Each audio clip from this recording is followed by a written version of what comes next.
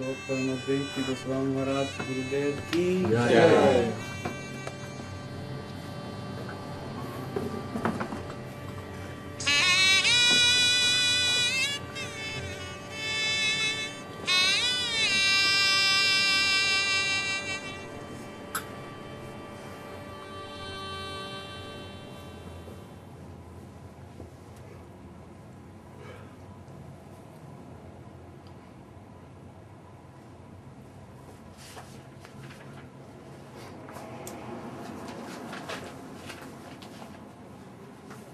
Nice if you sit a little bit more closer here. Some more devotees come, they don't know where to go, the door is blocked. Here, go.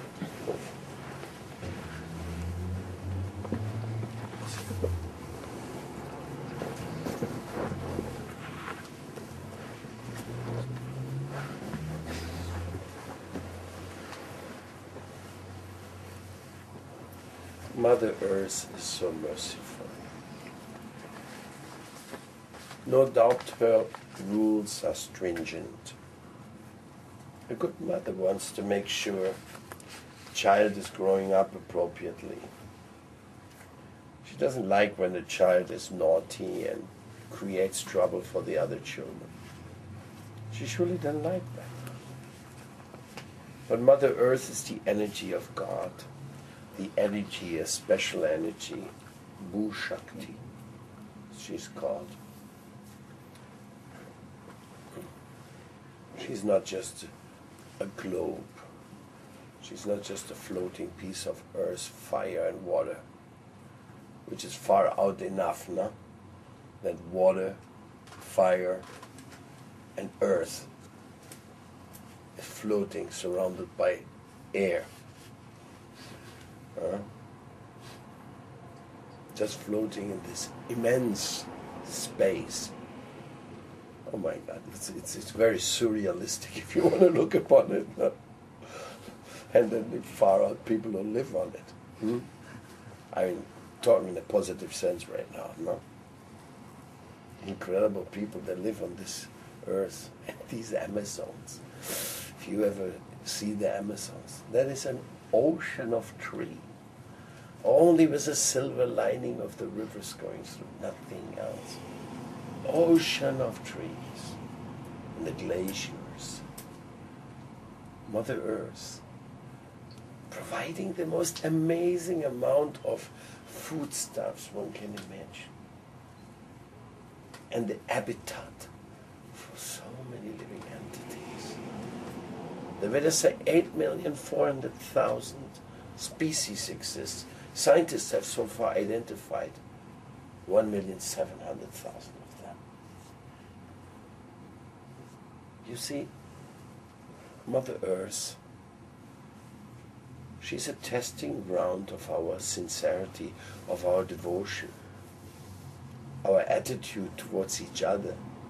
Because Mother Earth is really a conscious entity. We shouldn't think that she's providing all these things just accidentally.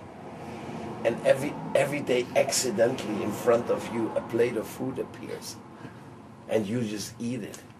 You say, good food, let's go on with life. No, everything is well planned by Mother Earth. That she's a conscious entity, that has been taught by the Greek. They called her Gaia. And in the Vedic literature, she's been called Bhumi Devi. But she has also another name, Martya Loka. Martya Loka is planet Earth. And the sea, the planet where you die. Physical death, as we experience all the time. Martya Loka. So, we are here, students on Mother Earth. We have a big course. It started when you were born. And last examination will be when you're going to depart. And then everything will be decided on how much you actually learned. What's the next course necessary for you? So Mother Earth is providing us with some simple knowledge. It's actually not that simple, it's quite complex, but it starts very simple. It's the laws of Dharma. Dharma is the joyful performance of non-aggressive behavior to accomplish what is the needful. Dharma is the code of honor. Dharma is the kindness which is potentially within you, so that you can see beyond you and beyond your body into the spiritual realm. Dharma is giving us the rules and regulations of the laws governing nature. Dharma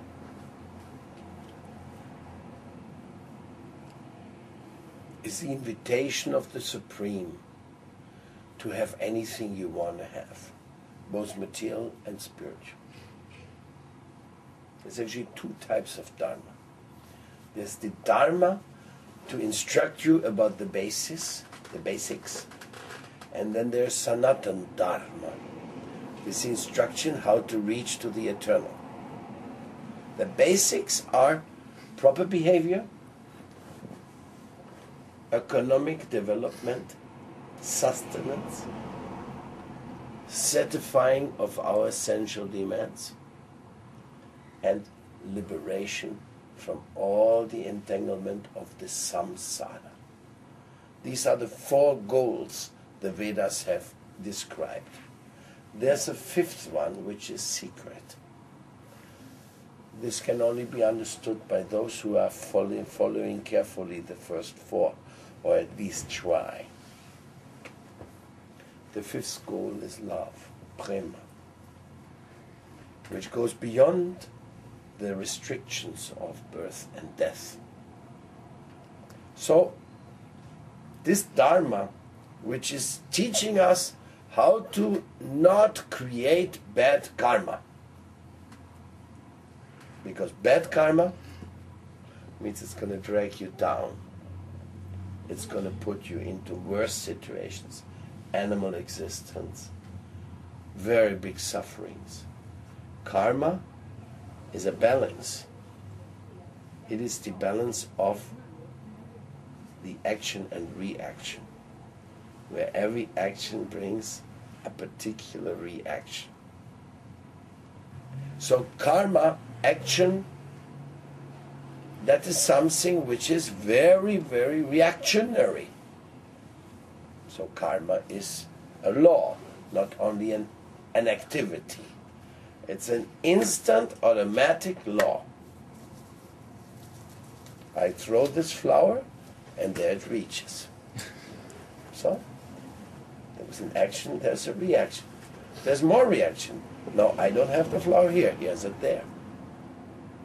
And in the meantime, it flew through the air. And maybe distributed some scent through the air, which you don't see.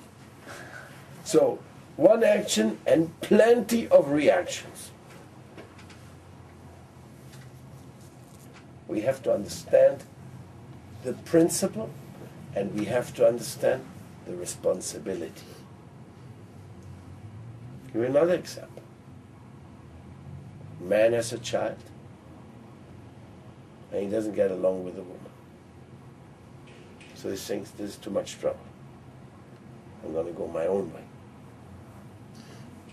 So that is a karmic decision. So what's the implications? There'll be oceans of implications. Childhood trauma of the child. That starts.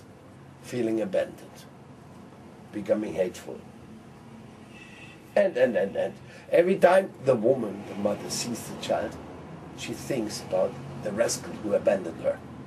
So she projects dislike towards that child, which came from this guy. So it just goes on and on and on and on. Then coming the sinful activities which the parents commit or inspire. So from this one action, from this one decision, you have an ocean of reactions coming. And where do the reactions go? Well, to the one who did it. And all coming back to him. All. As everything comes back. There's not one single little detail which is left out. But some people, they don't like that system. So what shelter they have? What chance do they have? Can they go to Amnesty International and get solution for their problem?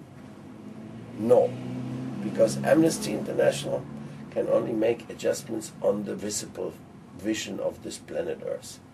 But there's a higher amnesty, and that is the amnesty of divinity, and that also exists. This amnesty is the amnesty from your karma. And that is part of the invitation given by Mother Earth. Because Mother Earth provides the ground where you can counteract your errors through appropriate behavior. In other words, this is a healing ground. Mother Earth is a great mother, a great teacher. She's providing the healing ground for counteracting the negative actions we have done and applying for amnesty from the karmic reactions. But who can give such a wonderful chance to you? Who is allotting amnesty? Amnesty comes from the power of decision over karma. You got it? I cannot give you amnesty. I cannot say, hey, you did this thing wrong. No problem, I remove it. Well, how can I remove it? Where's my power to remove the reaction? There's only one single power in the world which can counteract the rules of the world. And that is the power of the Creator of the world. And amnesty comes from Him. Therefore, if somebody is interested in this amnesty suggestion proposal, he has to contact the Creator. And the way you contact the Creator is by imploring His grace through the chanting of His names. You can say, oh my Lord, please let me be an instrument of your love. Hare Krishna, Krishna Krishna, Hare Hare, Hare Rama, Rama Rama, Hare Hare. I need you, my Lord. I want you to forgive my mistakes. All my existence is depending on you. I want your grace forever. Mother Earth, Mother Nature, Mother Durga, Mother Saraswati, give me vision, give me insight, grace me with the possibility of acting on your behalf rather than on behalf of my big false ego.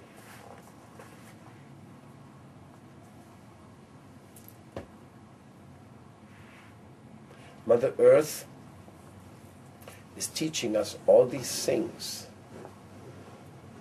Newton discovered the third law of physics, but he was bright and he didn't think it was only a physical law. He could understand there's much more implication coming from this law of action and reaction. There's also action and reaction on the mental platform. Even your mind and your speech produces reactions. Obviously. I simply have to say something strong. And you immediately react.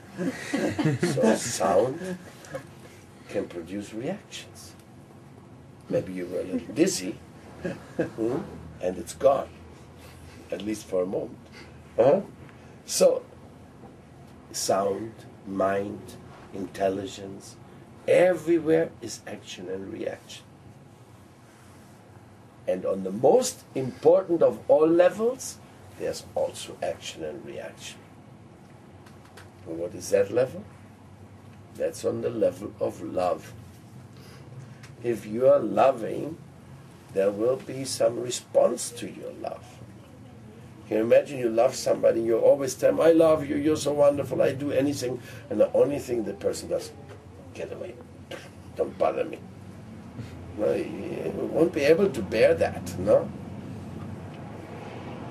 So, love, even such high topics, such high aspects of life, like love, totally depending on action and reaction. There's a realm which controls everything, which is more or less understandable by common sense, but specifically when it comes to love, sometimes it seems to be very irrational. So, we have to understand that the underlying principle of creation goes beyond the visible scene, beyond that which is so obvious and clear. It goes right into the nature of your very being. And therefore, Dharma is the process how we will harmonize with our environment. No, we have to do something about that.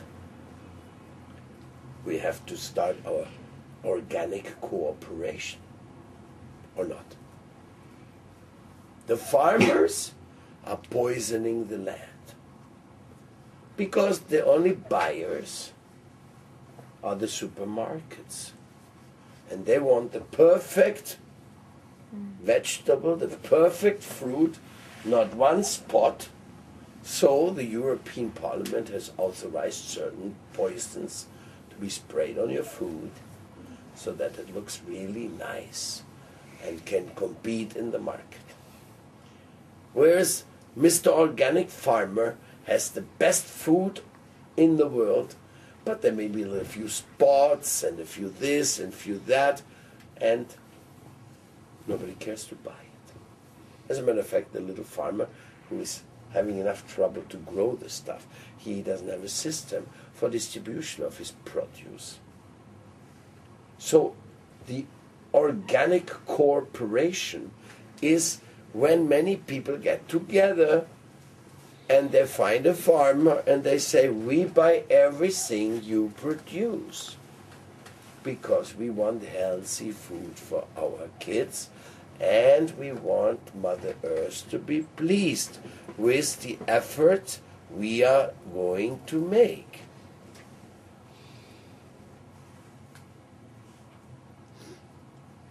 This is one example. I could give you thousands of examples. Oh, we are eating this garbage sweetener. All this sugar, white sugar, without nutrients. But those people who produce stevia rebaldina, this wonderful sweetener from the Guarani Indians of Paraguay and Bolivia, that's prohibited. Because sugar industry is scared that they may lose some business and they have some contacts in the government. Like they do with so many other things. They make you sick because it's good business. Did you ever realize that? That you're the object of good business? And you're silly enough to participate? You don't understand what Mahatma Gandhi said. He said you have to boycott any product which is detrimental to our progress as a human species and in our relationship with Mother Earth. Now that's easier said than done, I admit. Such a total boycott. Where it starts, it even starts in the cotton you wear. Do you know that most of the cotton is produced by Monsanto in South India, by poisoning this entire subcontinent and by making the farmers crazy with their politics of exploitation to the maximum? There's not even sanitary installations for the workers in this poisonous environment. They're all dying, the farmers commit suicide, so that you have the cheapest cotton on the market. You ever thought about such things? We hear about such things, but are we really aware? Are we really taking issue in this type of things? You see, as economically and ecologically responsible people on this planet, we are the ones who give the orders. Really, it's the buyer's planet. The buyer has the authority. That's why industry and government want to manipulate and control the buyers. And they found the best tool of the world. The best. They found the best. They're dancing in ecstasy about the easy way of manipulating everybody. They don't even have to go and beat people's heads left and right to beat them into submission to the government, to their ruthless concept of maintaining their power. They simply put it on TV. They simply put it, quack, quack, quack, some stupid duck, buy this, buy that, make this, make that. No, they just got the people round around the finger. Everybody goes like, oh, that's boring. Change the channel.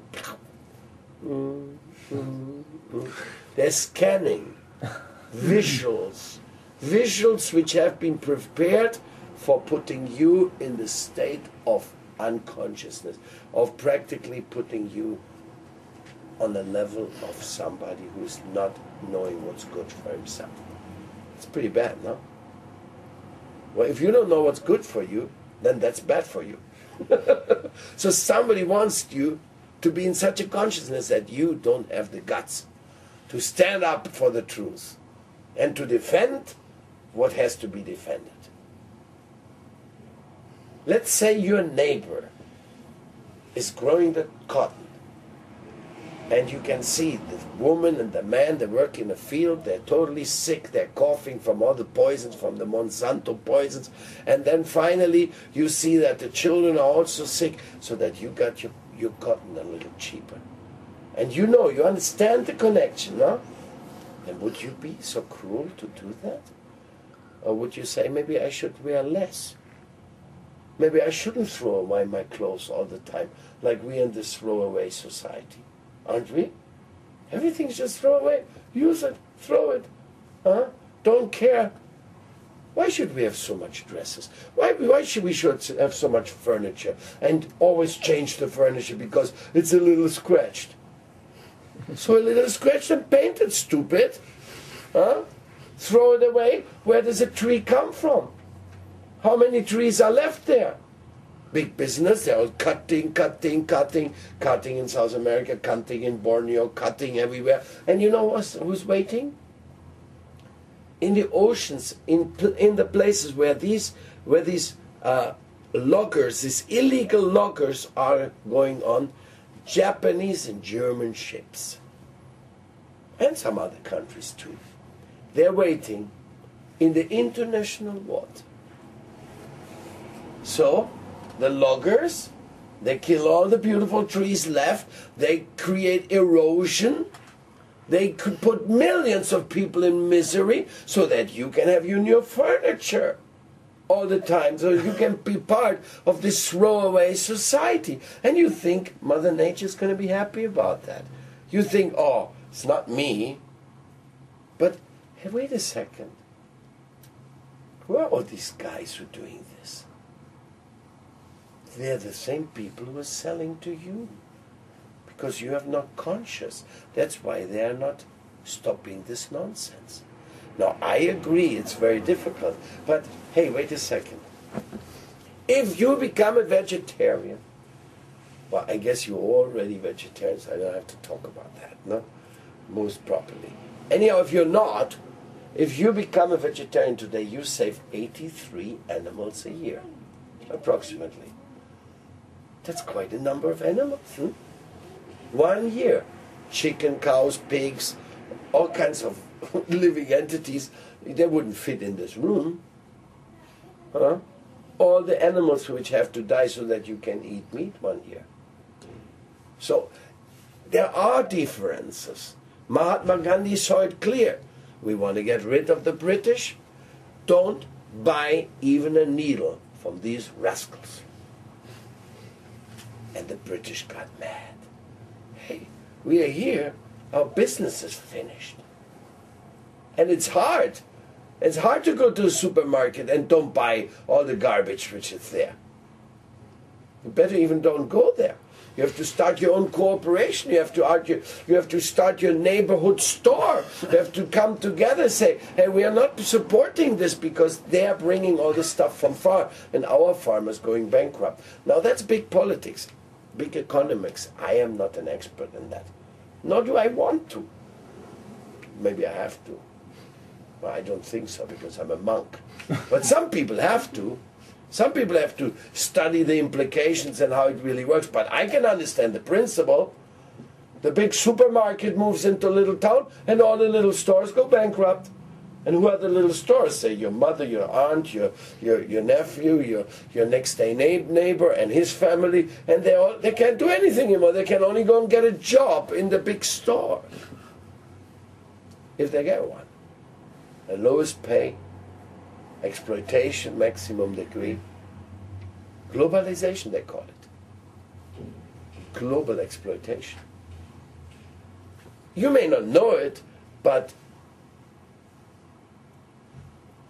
the world war of today, that third world war, that is globalization.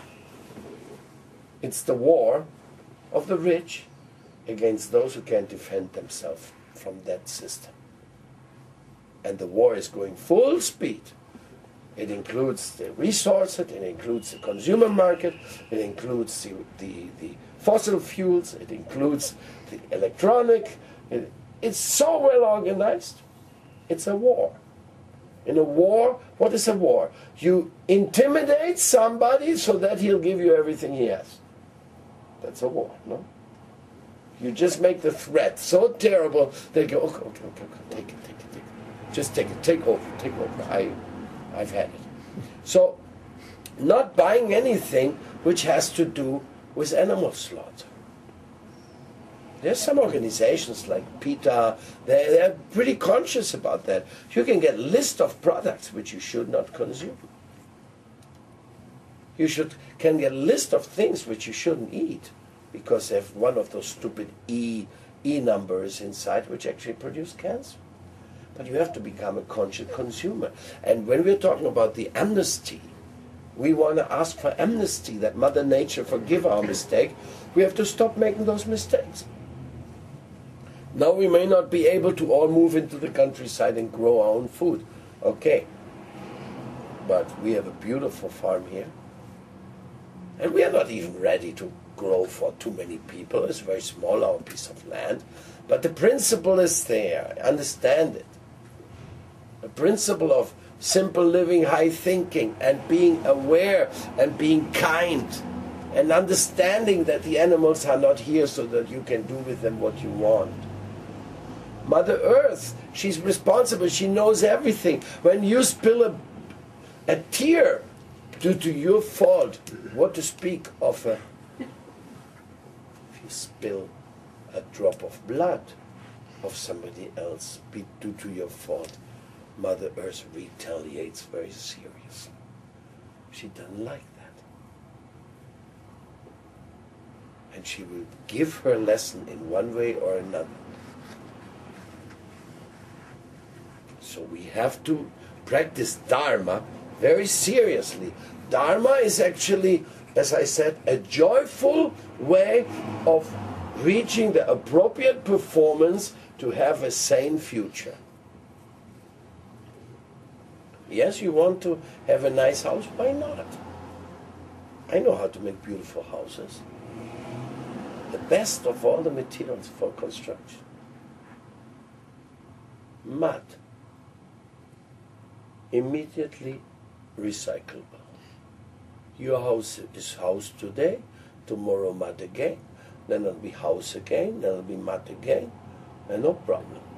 And if you know how to construct mud houses, they are the best thermodynamics.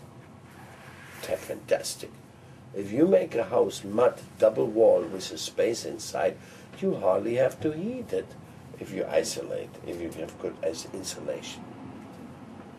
It's very warm. Fantastic constructions, constructing with mud. So in our farms, for example, we are trying to do this with our eco communities. And we are struggling because we are just a bunch of poor idealists. That's nice, it's the best. But we do that. Now, not only we construct mud houses, maybe you're thinking of some Indios making mud huts and living inside there without enough space to turn around. No, it's not like that. We're not only making mud huts, but they're more beautiful than all your palaces together. Beauty doesn't mean it has to be oak polished. It doesn't mean it could be gold and silver. You know, I met a guy who spent $60,000 on his toilet. What a vomit. Now, this is not an exceptional guy. I just met one. There's thousands of these guys around. Just for passing stool, he spent $60,000. It's a crime. Spoiling the resources of this planet. Everywhere. Plentiful. They say, oh, that is democracy and capitalism. Let's compete for the style, how we live. But this is insanity and offense to Mother Earth. And why say this? The way we burn the fossil fuels, that's another offense. Okay, we want to transport our bodies. Okay, we have technology. But it has to be responsible technology. What happened to the electric cars? Why did they disappear? You remember 10, 15 years ago? They were starting to make electric cars. And they were nice, and they were going on one charge for almost 100 kilometers. And they even had sane speeds. They didn't go for 180 kilometers on the motorway. They were a little slower. But what happened to them? Do you see any electric cars today on the market?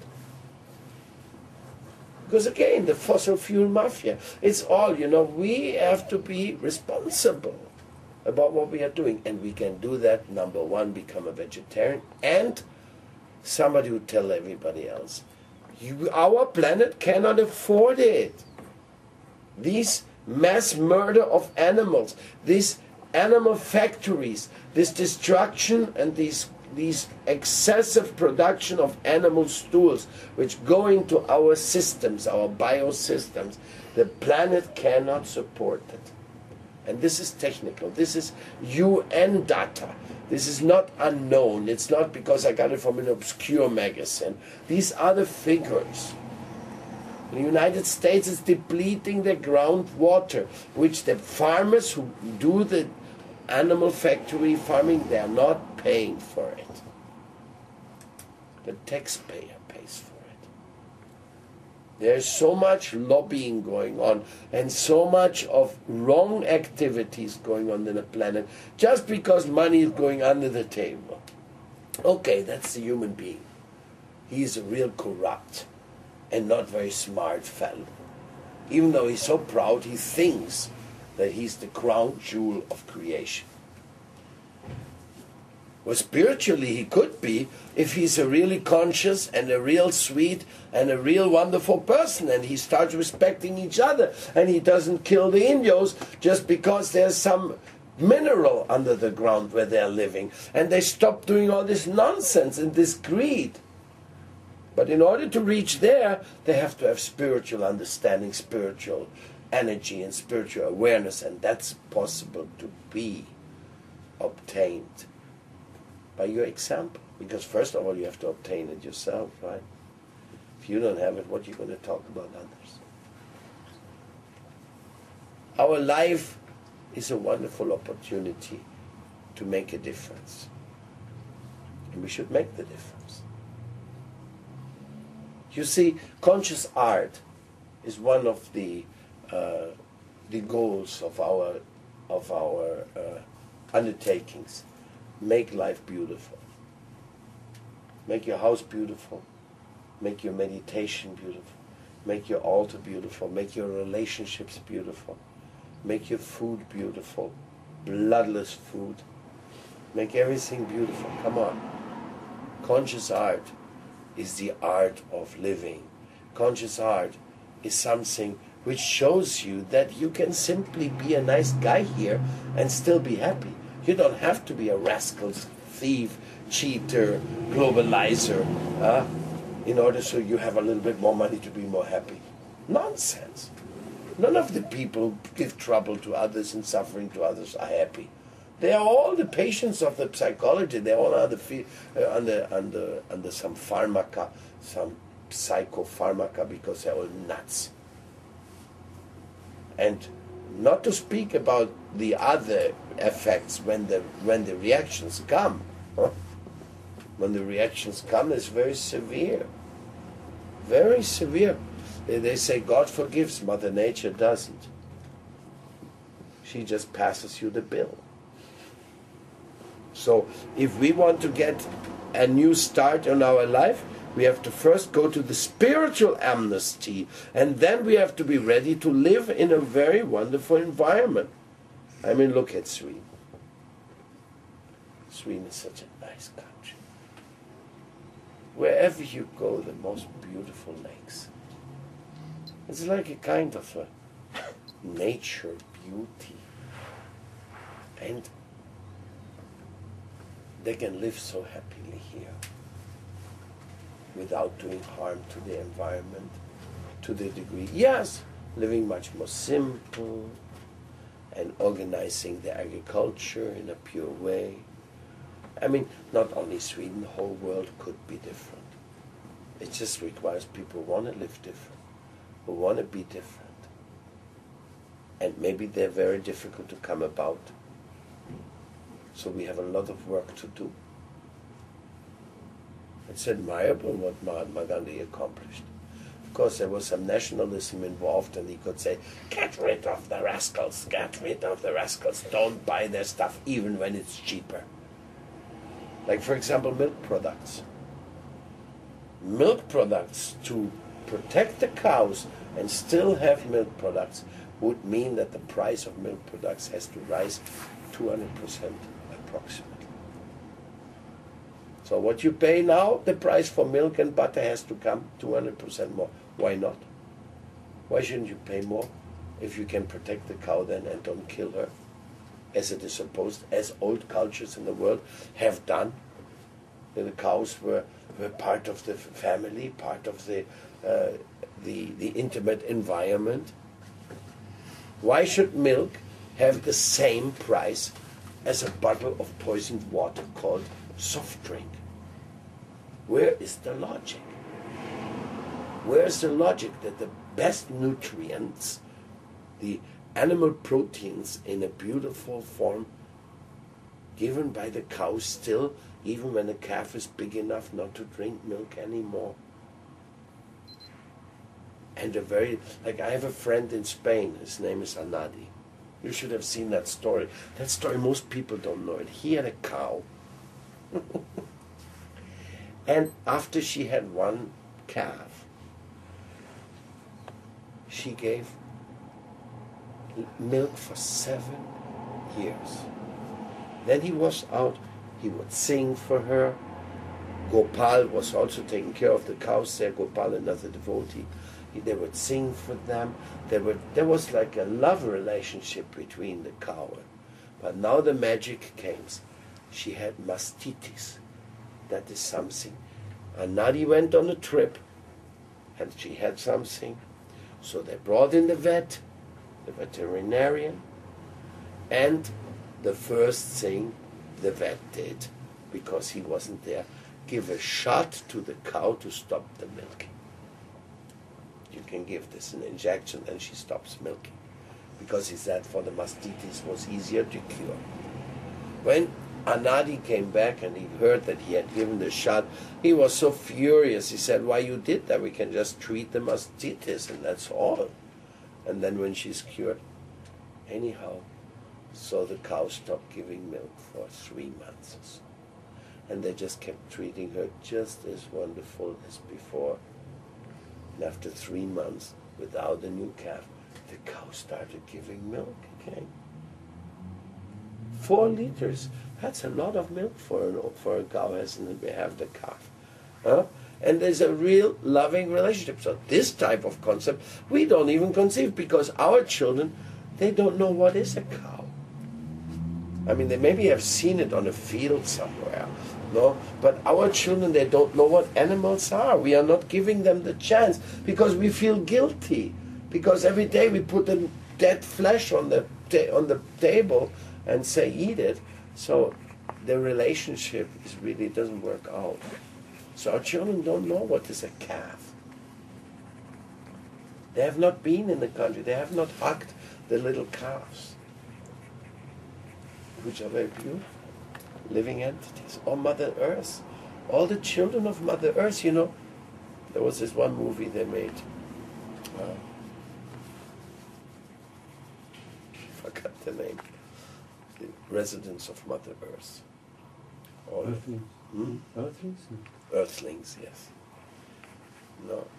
All of the creatures in this world, they're so beautiful. And so full of life and joy of being here. And this earthling shows what humans do with all these species, the beautiful species. If you can last through that movie and still not end up being a vegetarian, I think you're a serious case. I don't know what else to say. I give up on you. Let Mother Nature take care of you. You see that there is so much beauty in this creation and we are not sharing it with our family. We don't make it a point of playing with the animals, for example. To take our children out to the farm and have places where they can see what are the cool. Then we take them in a zoo. Yeah, that's a nice place, huh? All the animals illegally collected around the world, because none of those want to be in those cages. Huh? None. Illegally, government, big business, not zoos. And in order to see those few animals who are in the cages, you don't know how many died behind in the transport, in the abduction, in the this, in the that. You don't know how much cruelty is behind those stupid zoos. So then you can go and say, oh, you're cute, the monkey. Huh? And the poor guy's there shaking the iron, you know. I think, so he must love me. Maybe he wants a peanut. So people are so insensitive with the feelings of others. You know, in Vrindavan, we know what monkeys are because we live with them. Or they live with us. No, we live with them. They were there before us. Boy, the monkeys, this is a story.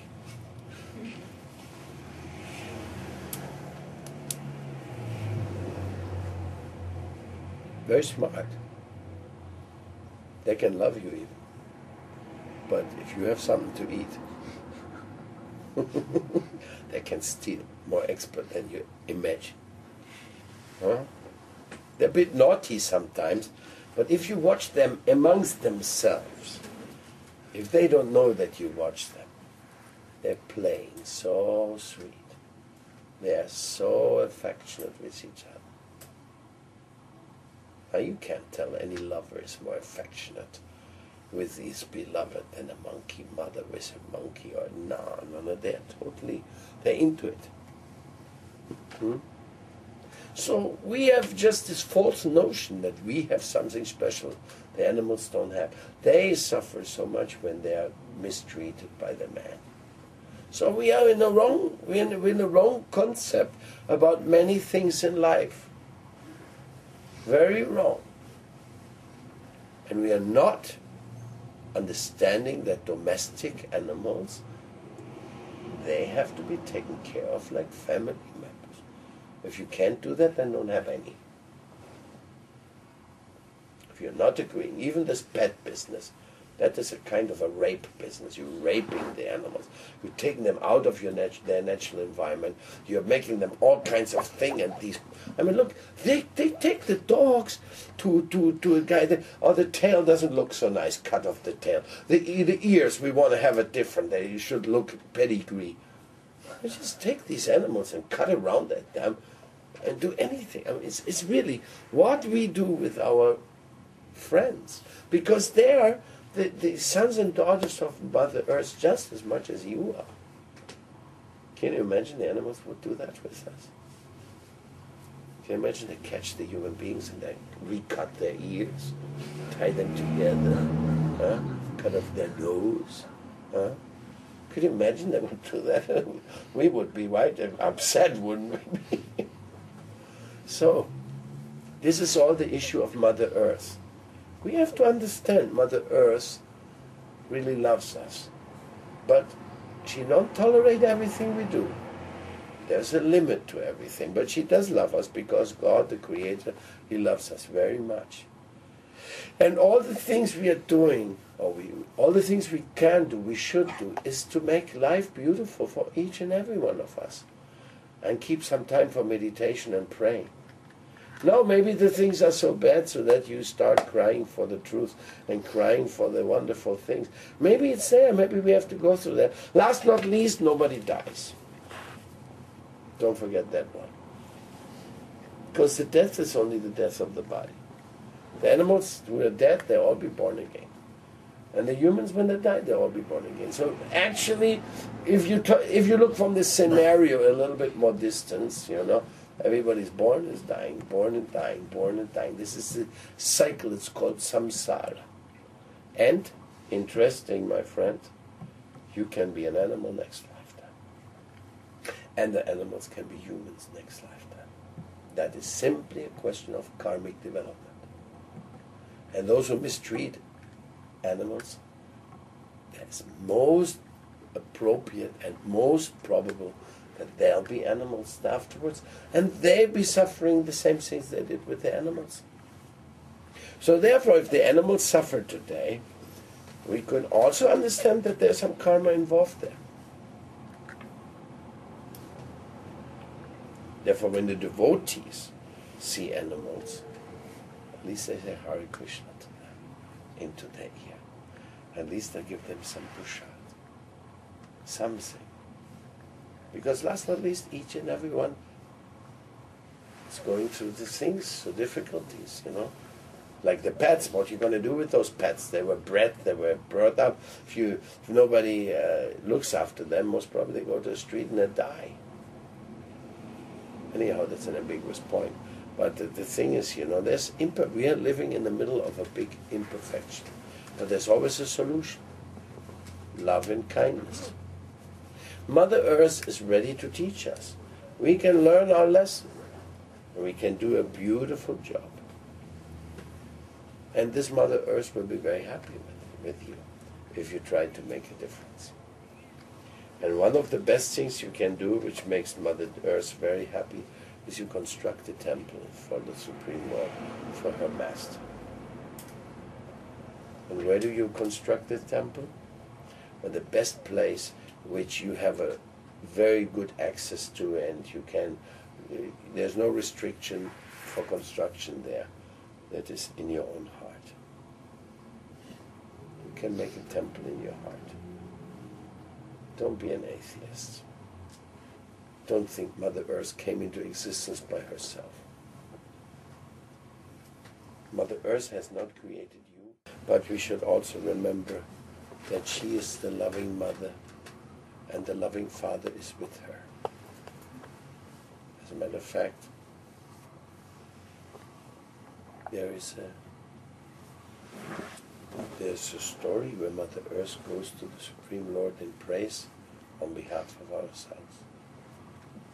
She goes when she sees that the human beings are getting very degraded Mother Earth makes a parikram, a journey to Lord Brahma. Together with Lord Brahma, they approach Lord Vishnu and they say, please come and help us. We cannot bear this situation anymore. The humans are just going crazy. And then the Supreme Lord Vishnu answers in their heart and says, go back to your place. I will appear with my entourage in planet Earth and I will help you. That is when Lord Krishna appeared. That's what happened 5,000 years ago.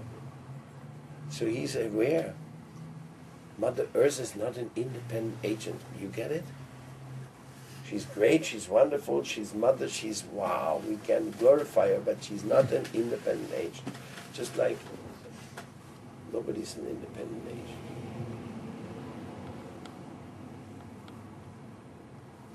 So if you think everything is just an accident, everything happened just by chance, and there's nobody to say anything to, this is a kind of a concocted philosophy which simply stems from your unwillingness to give honor and thanks to your own Creator. Because if I give honor and recognition to Him, I have to change my modus vivendi and stop being an indifferent exploiter in this planet Earth. If God is there, I cannot go on mistreating others the way I'm doing. So more conveniently I say, He's just an energy, but He doesn't know anything what's going on. It's just by chance that everything is created. I'm not responsible about anybody to anybody. But wait a second, what is a courthouse without a judge? Have you ever heard about a self-judging system? No. Every courthouse is directed by the judge. And after he has heard your case and made the appropriate hearing and gave you chance for defense and everything, then the judge comes and concludes what is the destiny for you, what is the appropriate. So if everything needs a judge, karma also needs a judge. The court of karma needs an executor.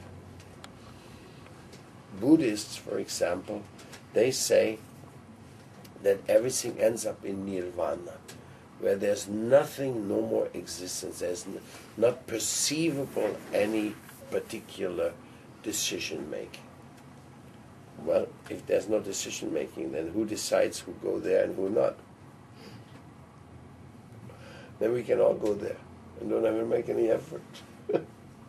No, everything has been decided.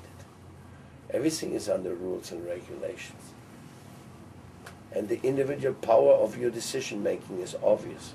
Because in limited level you are judging also yourself, aren't you? Like you judged today that you have time to come to this class.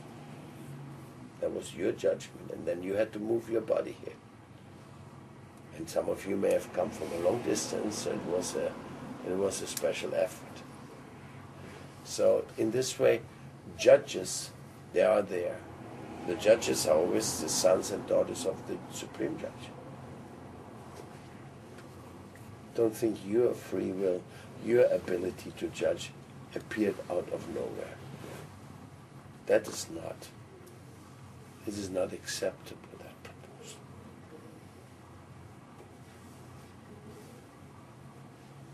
When I was in Bulgaria a few days ago, I was traveling with one woman in the car. And she told me, I don't believe there's any God. I think God is just an energy. He doesn't have an individuality. He doesn't have a personality. Then I thought to her, okay, let me ask you a question. Do you have somebody living in your home? She said yes. A cat and 2 children. So I said, when you come to your home, what's the first thing you do? Are you watching how are the furniture? Or are you first looking how are your children and the cat? She said, of course. I first look for the children and the cat. I said, why? Well, she said, because they have a different energy than the furniture. I said, no, you're wrong. It's not because they have a different energy. Energy is energy. Furniture also has energy. The difference is that one is dead matter and they're alive. That's why you're looking after those who are conscious and who are alive. Then she agreed. Then I said, alive, conscious, that is a symptom, a very concrete symptom of an individuality. So if God would just be energy, he would be less than your children. He'll be like your furniture.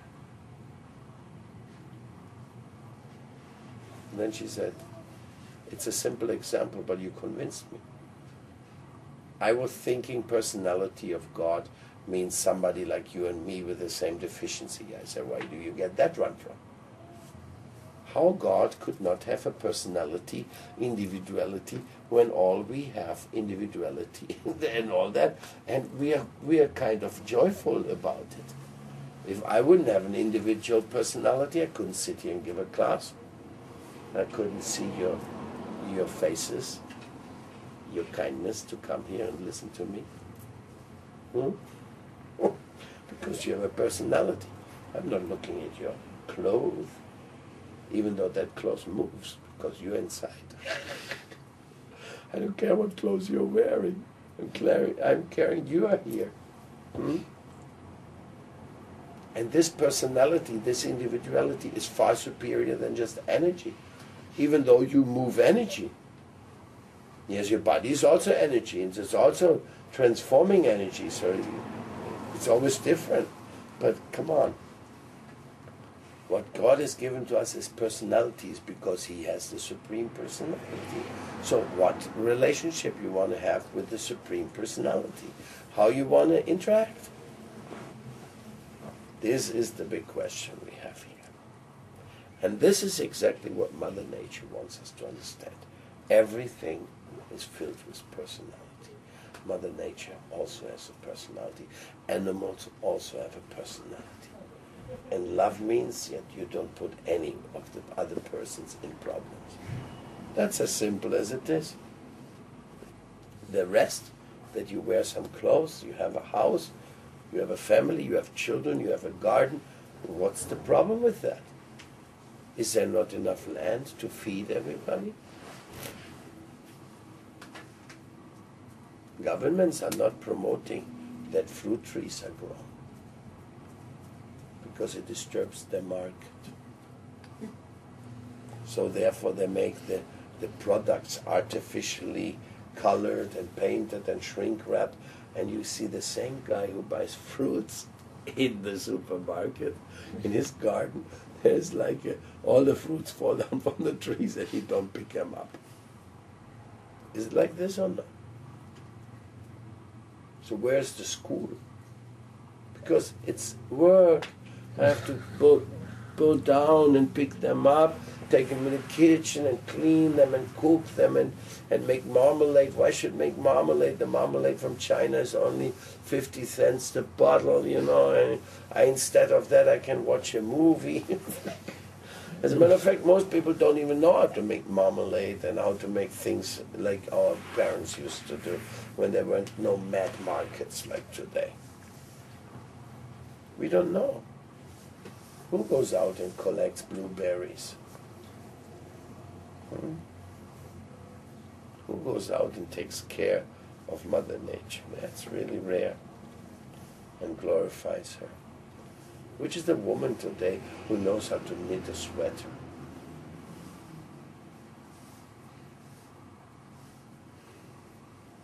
Anybody here knows how to knit a sweater?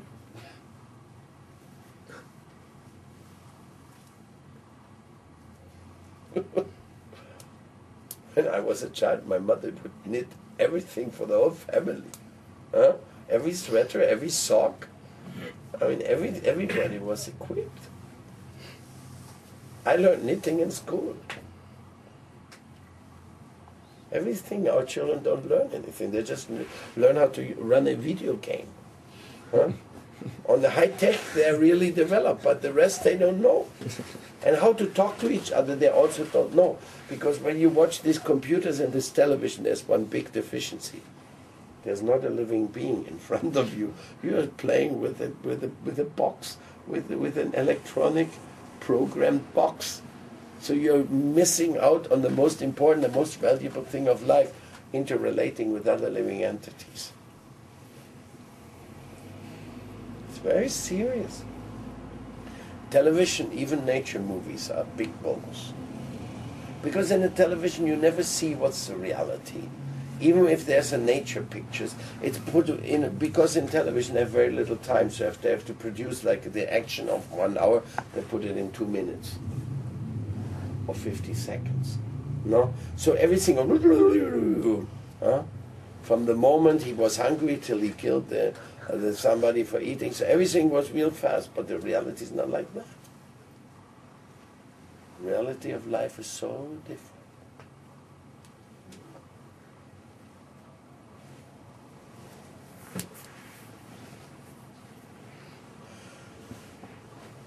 So we have to do something for ourselves so that we can become better servants.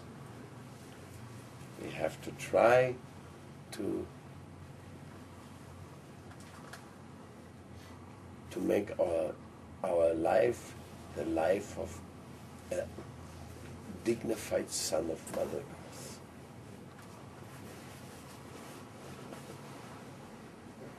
I'm sure you have much more you can say about the same subjects. In essence, I just wanted to invite you, if you have any chance, visit our farm communities. Don't just come to look. Come to put your hands there, okay? Dig in the ground and pull up the weeds. Don't be too sentimental with the weeds. Because if you are, there's nothing to eat. So when the farmer goes in the country, he takes out the weeds, takes care of the plants, and everything is very beautiful. And then the produce, the flowers, and the vegetables you offer to Krishna. And then it's very beautiful.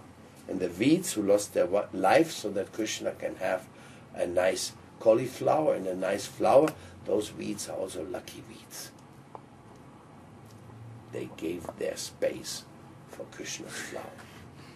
So they're getting good reactions also. You see, in spiritual life, everything works out. Nobody is taking advantage of. Everything is fine. Or come to our places and help us construct nice little cottages for the visitors. People can stay. If you like to be involved with something, find out where you are required. Find out where you can do something useful. Because if you do so, you will see how wonderful your own life is. We don't discover how wonderful our life is unless we do something wonderful. You got it? So you have to find out what wonderful thing you want to do. I can say that. But each and every one can do something wonderful. And then you will feel that was really wonderful to have been here, visitor of Mother Earth, because then you're going and you don't know where you're going to be next. If you love Mother Earth a lot, maybe you have to come. If you think Mother Earth is too strict, I prefer to go to spiritual world, well, maybe that's also satisfactory responded. All depends on you. Man proposes, God disposes. Do you have any questions to all these things? Please don't take any offense if I said anything which may have touched upon some sensitive part of yours.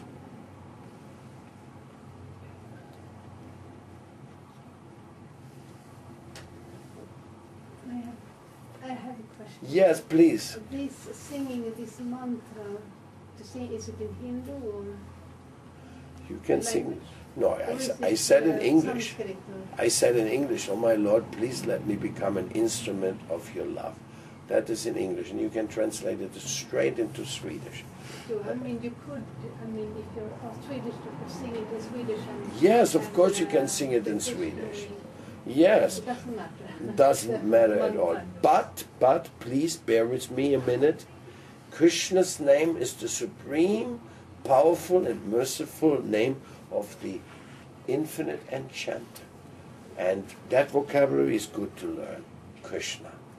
But if you call him also Allah, Govinda, Jehovah, God, whatever you call him, he knows if you're talking to him. He's not sidetracked by this issue, if you want to call him in a particular way. And prayers, they can come directly from your heart.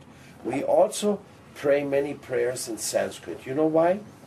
Because they have so much spiritual power, because they come from very highly developed spiritual beings. And because we would like to be touched by them and the meaning, but always we study the meaning of those songs. But sometimes, like for example, you have some bhajans in Swedish? Yes. Okay, sing one, I want to hear one. Go ahead. I want to hear about Janet Swedish because they made them, but they didn't sing them for me.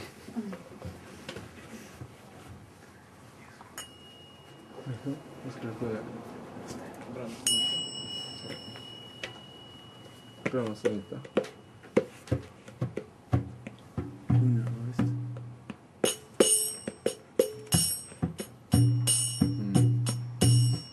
Govinda, det jag dyrkar. Din person är alltings ursprung. Govinda, det jag dyrkar. Din person är alltings ursprung. Govinda, det jag dyrkar. Din person är alltings ursprung. I sina allra innersta riken av önskesten och bland önsketräd där vandrar Krishna sina kor omringad av miljoner. Där tjänas han vördnadsfullt av hundratusentals godis. Govinda, det jag yrkar. Din person är alltings ursprung. Govinda, det jag yrkar. Din person är alltings ursprung. Govinda, det jag yrkar. Din person är alltings ursprung.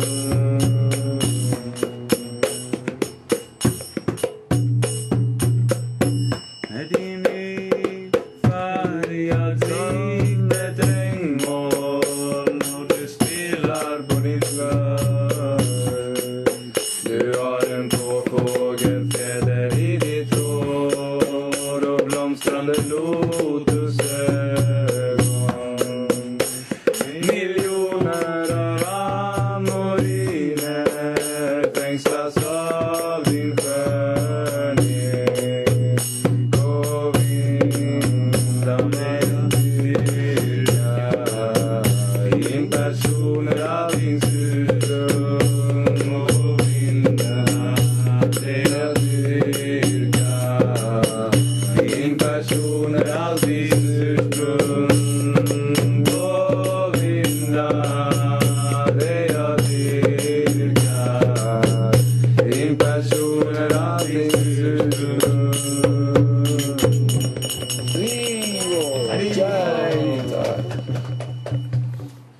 So you see, can be done. Yes, very beautiful. Of course, my Guru Deva, he kept the movement very international because there was always people from all over the world. Then he said, well, if we have to have a common denominator, he just kept the main gods' names, we can all sing together. But when we are in different countries, in our more local communities, we translate the songs and we sing in German, in Portuguese, in Hungarian, in Swedish. That's very nice.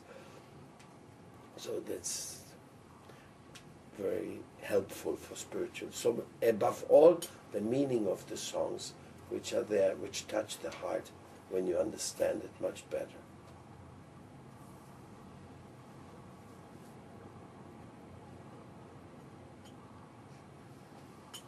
More questions?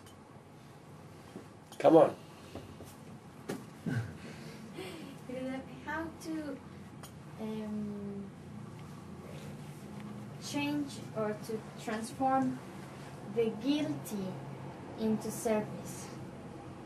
The guilt. The guilt into service. I don't know. I mean, I am asking because, for example, I was raised in a Christian religion, in a Catholic religion, and then we have this love for God and these prayers for God, but there is always this feeling of guiltiness, and then you feel guilty, but you don't know how to go further that guilt. Well, why you're feeling guilty? What's the reason? No, not me, but not now. But I used to feel like that.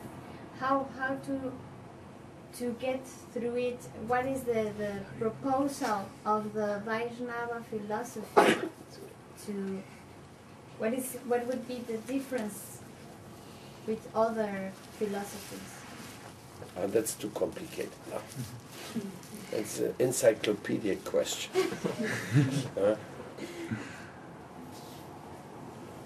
And you're starting with guilt, so I can't even make the connection. I mean, to feel guilty is a good thing. If I did something wrong and I feel guilty, at least then I will want to change my mistake.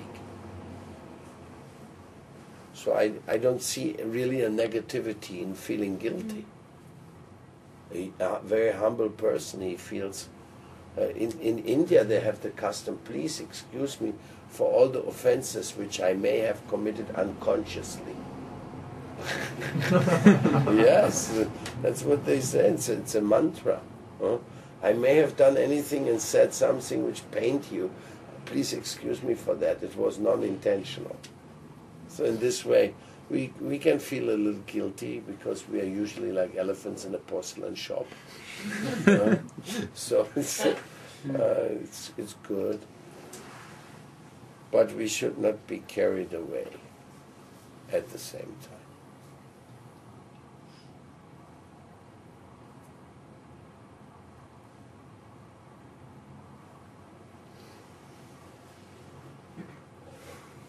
I like the statement of Albert Einstein. He said, there is never a problem.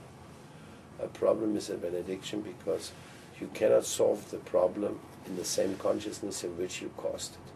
So the problem means you have to solve that lower consciousness to reach the higher consciousness. So then everything is okay. Positive. Let's extract the benefit from everything, even of the most difficult circumstances. We are complaining our society, but it's so convenient, isn't it? I mean, I gave a few examples, but don't we really get dragged into this modern consumerism because it really provides so much relief for the lazy? Now you don't have to go in the lawn, you have an automatic lawn cutter. Now you don't have to open the window because you now sit in the sofa and have a little window control, reflex, and a climate control, and this one. And why you should change the DVD, you just have a machine which changes 50 DVDs one after the other. Why push this button? You can now have a sound recognition. You just say, oh, number 10, and then my number 10 speech plays. No? Costs a little more, no? But convenience. And so we are trying to become surrounded in such a convenient situation, and we are like a potato in the sofa for the rest of our life. Of course, then we have to go to the gym because we have no more exercise. And in the gym, what we do, we have a machine, a walking machine. and a stair climbing machine because we don't have no more stairs. I mean, it's just an unending amount of complications which we have created. And this laziness, this convenience which is there, it is actually a danger for us. But it's there and we buy into it.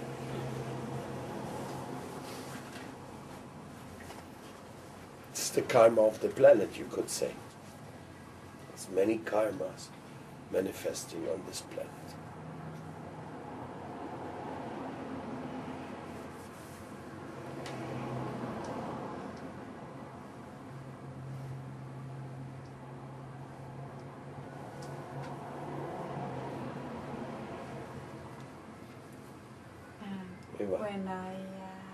When I read, for example, Bhagavad Gita, there is sometimes in some places where it says really that women are less worthy or they should be treated as children or things like that, and I don't know how should I take that, or how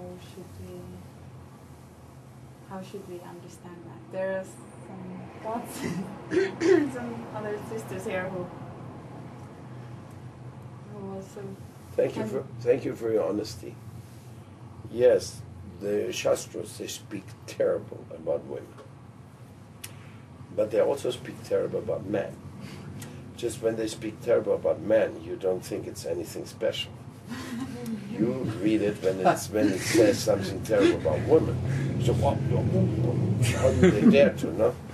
And with the men, they think when the men read that, they think, yeah, that's bad. Then it speaks bad about them. Why it says Kala Sudra Sambhavan, everybody is a Sudra in Kali Yuga, and. But now let's find out the psychology of this. It's a very beautiful psychology. Because according to the Vedas, you should be very humble and do your duty with all your love. Whenever you get proud or arrogant, you definitely slide away from the blessed path. And you do not get the mercy. Therefore, the Shastras have put information about our frailties, which we can be aware of. Potential difficulties are them, which we can be aware of to become very humble and feeling very much in need of help. Those information of the Shastras are exclusively for self-evaluation, not for others saying, hey, you are like this. No, it's offense. Because the same Shastras speak glorious things about women. Glorious things. And speak glorious things about men. Not only this. The Shastras speak glorious about the temple leader. And they also speak horrors about temple leaders. The Shastras speak glorious about the Brahmins and speak horrors about the Brahmins. It's the same principle. It speaks the most wonderful thing about saintly kings, and it speaks about what kings should be dealt with if they're not wonderful. It's the absolute diametrical, the opposite. From the best to the worst. It's all there. So you have to see, what does the Shastra say about yogi? Yogis are a bogus theater, they just make a show and all this, and they never get to the highest goal. And then on the other side, it gives all the description how to be a good yogi. So what does that mean? It means when you appreciate others, you should always look on the good side. But when you evaluate yourself, you should always look on the bad side. This is called Vedic psychology for advancing in spiritual life. So if you read something like this, wow, that's what it says. Am I like this? For example, if you're a self-reliant devotee and you're serving God and you're actually doing something, all these descriptions have nothing to do with you. If you're actually that elevated in your consciousness. There's nothing, there's no reference to you. But if it says a woman should be always protected, then you you say, my goodness, I surrender to my Guru so that he'll protect me, and to my Lord. Then it helps you, no? Not if you, me protection, nobody can protect me. I'll show them, I'll do with myself. No. So who's benefited by that consciousness? You not. So it's intrinsic. Intrinsically the well-wishing Shastras are only there to help us. Sometimes say women are less intelligent. In another verse, Krishna says, of intelligence, I am the woman.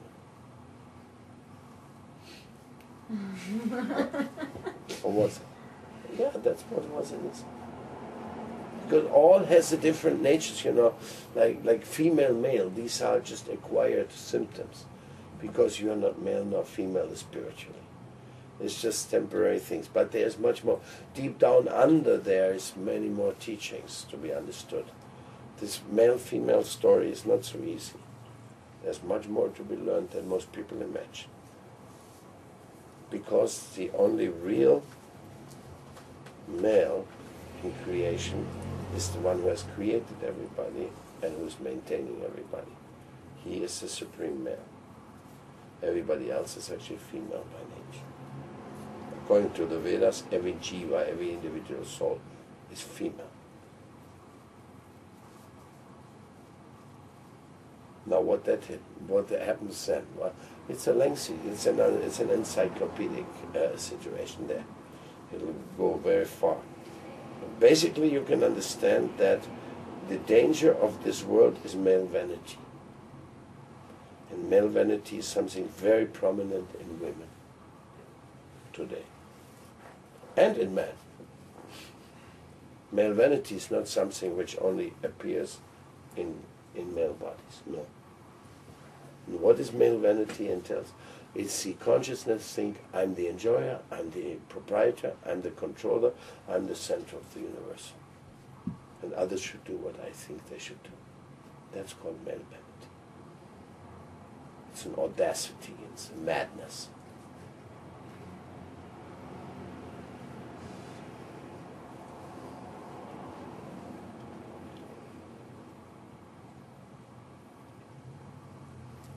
And when couples fight, it's usually their shocking male vanities.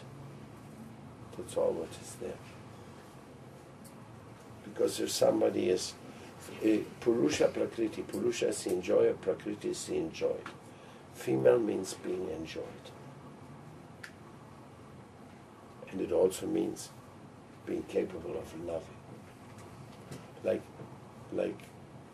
when the children are there with the parents, it's amazing, So much love the women have for their children you cannot find anywhere else. So amazing, so glorious.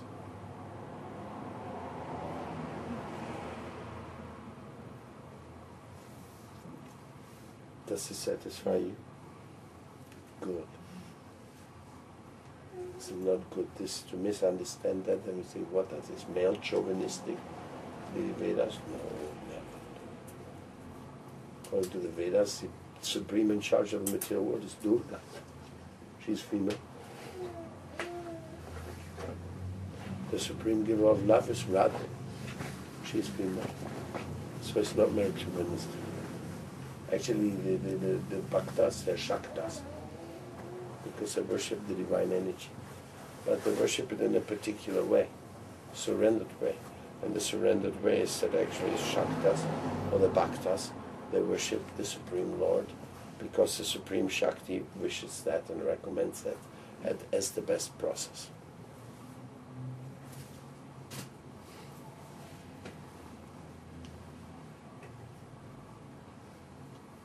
Any more questions?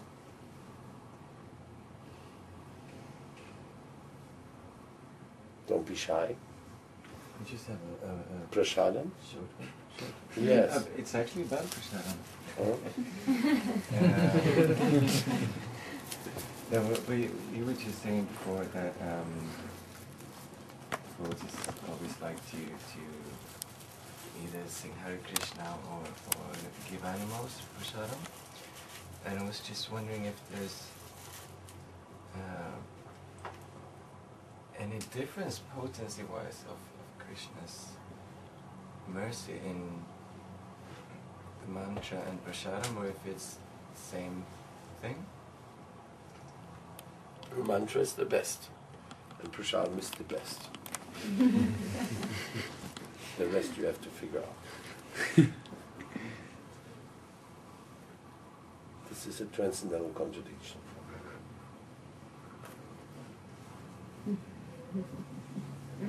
It's just like when I say, yes, shall we chant Hare Krishna or shall we eat prasadam? Well, first we chant Hare Krishna and then we eat prasadam, or first we eat prasadam and then we chant Hare Krishna. So it turns out the same.